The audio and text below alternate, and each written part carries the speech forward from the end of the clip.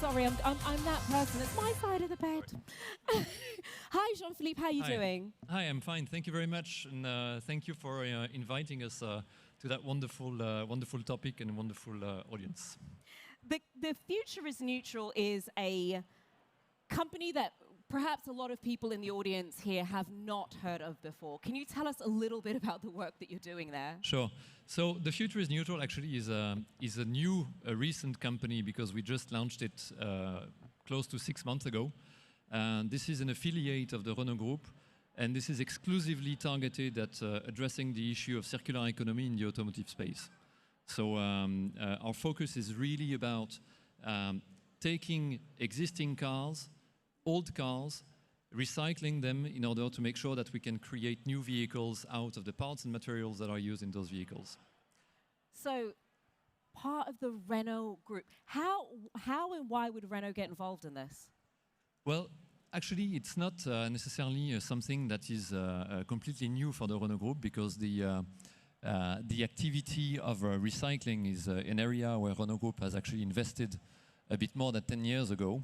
But we had a few initiatives here and there within the Renault Group, and we decided last year to create an umbrella and to provide a roadmap, a direction to those initiatives under the name of the Future is Neutral. And this is why today this company is operating as an active holding of operational businesses that are already up and running in the field, in France, in Europe, in order to take plastics, copper, exhaust pipes from old vehicles and to put them back into the production of new vehicles. And you know why we wanted to do that? It's because in 2022, it was actually a tough year for the automotive industry in one sense, because I think in Europe, the total amount of vehicles produced were around 11 million. Okay. Usually it's more around 16, 17 million. So in year 2022, 11 million vehicles were produced in Europe, new vehicles. And that same year, exactly the same amount of vehicles, 11 millions, reached their end of life. So what it means is that if we're good at what we do, we should be able to take the most out of old vehicles and put the recycled materials inside the production of new vehicles. 11 million old vehicles, 11 million new vehicles. That's an enormous amount of materials and parts that are available for new production. And we really want to focus on making sure that the automotive industry actually decreases the amount of virgin material used in the production of new parts. So that's the target, that's our focus, and it will help from an environmental standpoint, from a supply chain standpoint, from geopolitical concern standpoint, and in many other, I would say, criteria. So a few things that you said that are super exciting. One is there was work Renault was doing already, and rather than having it hidden within the business in some regard, what you did was effectively say, we're going to take all of these projects and we're going to give them a space to live and breathe and have budget and focus. But the other thing that you said that I found quite fascinating was around the fact that there were 11 million cars made and sold, and then 11 million that came to scrap. Is this the reason why you've chosen this approach when the rest of the world is looking at electric vehicles? It seems like everybody else is interested in the move to electric. That's the way that we go if we're in the automotive space and we're going down the sustainability route. Why have you chosen to look at the circular economy as an approach? Well, because the overarching goal of all of that is basically to reduce the carbon footprint. There is no question about that. But in the field of automotive, to reduce the amount of CO2 emitted, you can work on the product itself. An electric vehicle will definitely emit less CO2 than a diesel engine or a petrol engine. So that's one very important way to tackle the issue.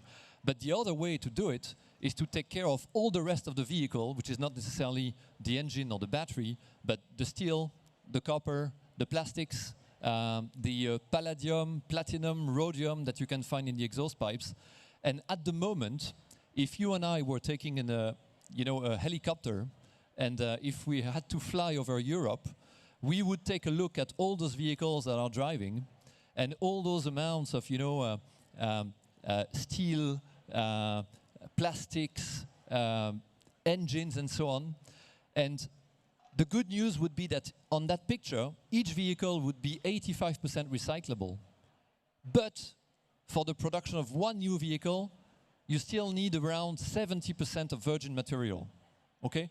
So, in other words, very good news, the automotive industry is highly recyclable, but there is an enormous amount of progress to be done in order to reduce the amount of virgin material. And virgin material also addresses the issue of CO2. So that's why we're targeted at doing that, and that only when the other companies, the other OEMs and other suppliers and the other industries are also targeting at reducing CO2 through changing the product. I'm a bit technical, I'm not sure if I'm getting across. I mean, you bring up such a big point, because we've been sucked into go electric, it's better, buy an electric car. But I think the thing we haven't been thinking about is what is happening to the vehicles. And when you say 85% is recyclable materials, even if we produce an electric vehicle, presumably we're still using the same types of materials. Well, exactly, right? I mean, imagine you have on your left, you have an electric vehicle with a battery. On your right, you have a diesel engine, like a vehicle with a diesel engine. Now, remove the battery, remove the diesel engine. You end up having still, 800 kilograms of steel, 400 kilograms of plastics, copper everywhere. We don't want those materials and those parts to go anywhere else than back into the production of new vehicles. That's our focus. That's what we do. It's not a promise. We started doing it already. We have to date recycled more than 1 million catalysts. We have recycled more than 14 million tons of steel. We do that not necessarily only within Renault Group. Renault Group is not, a waste management company, so we have a number of partnerships, and that's why the Future is Neutral is an active holding of companies. We co-work with, for example, Suez since a very long time. So we have partners everywhere to do that, but the Future is Neutral is making sure that we actually close the loop on all of those very important materials that we use every day in our cars. So Jean-Philippe, all of this sounds fantastic. 85% of a car is recyclable. You're doing the good work to figure out how we recycle stuff and reuse it, so we're not throwing this stuff away and then taking virgin materials. But the automotive industry is a commercial industry. How cost effective is it to take out the plastic and take out the steel and reuse it? So I'll just give you a few numbers, because you're absolutely right. If we want to make those activities sustainable, those activities should be sustainable enough or profitable enough to, do the long run. Let's take two examples, one in materials and one in parts. For the materials, actually recycling plastics today is already a network of players that are profitable. I mean, they do a margin. There are companies out there that actually make a margin out of recycling plastic. So it does work. The challenge here is not necessarily whether it's profitable or not. The challenge is to have a repeatable amount of plastic from identical sources at scale for the needs of production of new vehicles. So profitability is not necessarily where it's a challenge. The challenge is more, do we have enough sourcing? Do we have enough networks in order to collect the right amount of plastics in order to create new vehicles? Take the second example, parts. Let's go back to that, diesel engine that sits in an old vehicle. That engine may have, 150, 200,000 kilometers under the belt. It's old, it's tired. Usually, it goes to the scraps and then we forget about it. It goes back in the forms of different things. We started doing remanufacturing of those engines. And a remanufactured engine, so basically just to make it very simple, you take the engine, you take everything from the engine that still works, which by the way is around 80% of the amount of the engine, and you just replace 20% of the moving pieces in the engine, and you have a brand new engine ready for 150 or 200,000 kilometers. Wow. Again. Is it profitable? Yes. Is it good for the client? Yes. For the final customer? Yes. Today, I mean, I'm seeing, I don't know how many people there is in the room, but if you go back to your dealer after that meeting, please ask for a remanufactured engine instead of a new one. And it will be better for your business because it's cheaper, and still, it's allowing companies to actually make a profit out of that in a decent manner. So it's a virtuous circle for everyone. It sounds similar to what we're getting used to doing with our mobile phones. What do they call it? A reconditioned phone, where you don't need to throw the whole thing out. They just change the bits that aren't working rather than throw the whole thing out. On a practical level, we're saying recycle, have a circular economy. How does that work? There's so many different moving parts in a vehicle. You've got the chassis, you've got the engine. On a practical level, how do we actually make this a reality? So that's where the partnerships actually kick in. Because in order to be efficient and to collect massively, we need to have the partners that are able to do that, and we need to have the locations in order to collect from those locations. So I'll just give you an example, okay? Take one of the company that we have in our portfolio, which is called Buncomenor, okay, which is a company co-owned by Suez and Renault, more largely owned by Suez than Renault, by the way. But that company is in the field of recycling steel, okay? So everywhere in the world, you have factories that produce steel parts. Mm-hmm. In the production of those steel parts, some things fall on the side, they're called scraps. And that company, Buncomenor, is actually able to collect the scraps from those different production lines and to put them back in the furnaces for the steel makers. Okay? So that's one example of how it works. Another example is the collection of exhaust pipes. Now, let's zoom in France.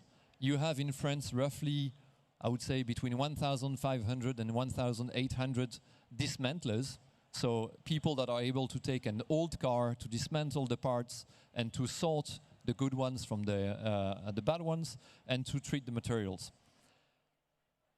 Those are 1,500 collection points for old parts and materials. What we do in the Future is Neutral is that we have a network of collectors that are actually going to collect those materials in those points, buy the materials, buy the parts, and actually handle the recycling process through the different stages in order to make sure that the final stage of the recycling goes back into a new vehicle process. So that's the know-how that has been developed during the last, I would say, 10, 15 years, and that we now put to a different scale with the Future is Neutral by providing them with a master plan, a roadmap, some financial investments, and the right partners. Just in that description alone, it sounds like it's complex. There's lots of different moving parts. Who are some of the key stakeholders, just to take a component like an exhaust and turn that to create circularity? When we're starting to think of a vehicle with multiple moving parts, what are the kinds of stakeholders we need to be considering to be able to say 1 million cars made, and we just turn that into another million cars? Well, first, the first stakeholder is the individual itself. Mm-hmm. It's you, it's me, it's you in the room. When we get rid of a vehicle, we need to be mindful of where that vehicle is going. Because if you take the wrong decision at that time, the vehicle is going to end up in the wrong network. Okay, so that's one decision point. So the best way to know how to do it is to either go to your dealer and ask what's the right way to dispose of your vehicle, or there are other ways that we're going to talk about in the coming months within the Future is Neutral and its affiliates. So that's point number one. Point number two, it's all the OEMs. I would say the actors, the stakeholders of the automotive industry. So we're talking here about the OEMs like Renault, the OEMs like Stellantis, Volkswagen Group, and so on and so forth. And all of us have a responsibility in order to get rid and dispose of those materials and old vehicles, okay?